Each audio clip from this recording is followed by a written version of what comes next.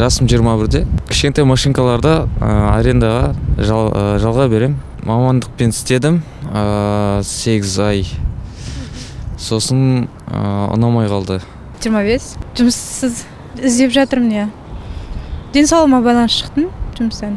Жасым 30-да. Дәл қазір видеооператор болып жұмыс жасаймын. Негізі мамандығым заңгер.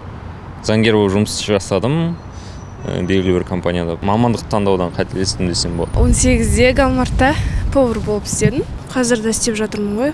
Жасым 21-де. Астана қаласында қазір фельдшер болып жұмыс істеймін. Жасым 18-де. Международный университетте оқимын. Архитектурный дизайн. Продавец-консультант болып жасадым. Мне 26. Мы занимаемся интернетом, телефонией. Работаю уже 3 года. Вот, все устраивает, хорошо. Жасым 23-те бизнес-ассистент, помощник директора болып істеймін. Заводтарда енді менің по специальности жұмысым заводтарда болғандықтан заводтарда вакансия аз болды. Жасым 27-те видеоинженер болып жұмыс жасаймын, бірақ мамандығым құрылысшы. Жасым 18-де Евразийский национальный университетте оқимын, архитектурада, 2-ші курс, геодезистқа. И қазір жұмыс істеп жүрмін, тренер болып. Тоже көңілім шығады, ұнайды. Жасым 30-да. Жеке кәсіпкермін. Негізі мамандығым учет аудит. Я өз мамандығыммен жұмыс жасадым. Универ бітіргеннен кейін помощник бухгалтера болып бастадым. Сосын балалы болғаннан кейін қазір маған қазіргі кәсібім ыңғайлы, свободный график. Жасым 29-да Астана опера театрында жұмыс істеймін. Оперный әнші, солист. Негізі оқыған мамандығым осы оперный саласында. Где-то 200-ден аса, нормально. Көңілім толады, жақсы. Жұмыспен жалақының несі сәйкес келмейді. Яғни жұмыс көп, және жалақы аз. 700-800 болса минимум айына. Онда толық өзімді және отбасымды қамтамасыз ете аламын деп ойлаймын. 300 мыңнан нормально. Өзі 300 мың өзі нетеді.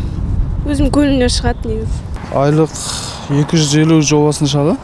220 жоқ дегенде. Шүкір болады, қанағат қылса. Получается, в месяц где-то 100 мыңдай. 200. Себе хватает. Чтобы реализовать свою мечту, где-то, наверное, 500 000. 100-дің көлемінде ғой. Жоғары көлемдегі ақша ешкімді не істемейді ғой. Настроениесін түсіре қоймайды ғой. Так что жоғары көлемде ақша где-то 300-400-ден жоғары болса ғой. Көңілімнен шығады, шүкір, иә. Жеткілікті. Болашақта өзімнің жеке кәсібімді ашқым келеді. Қалағанша өзің жұмыс істегеніңе байланысты ақша табатындай. Кем дегенде 2-3 миллиондай ай сайын кіріс кіріп отыратындай бизнес істегім келеді. 170-180 мыңдай шығады. Көңілімнен шығады, ол маңызды емес, главное еліме көмек берсем болды. Әр кезде әртүрлі сезонға байланысты. Кейбір айларда 300 мың ғана болып қалады, кейбір айларда миллион, 6 миллион, 10 миллион сондай.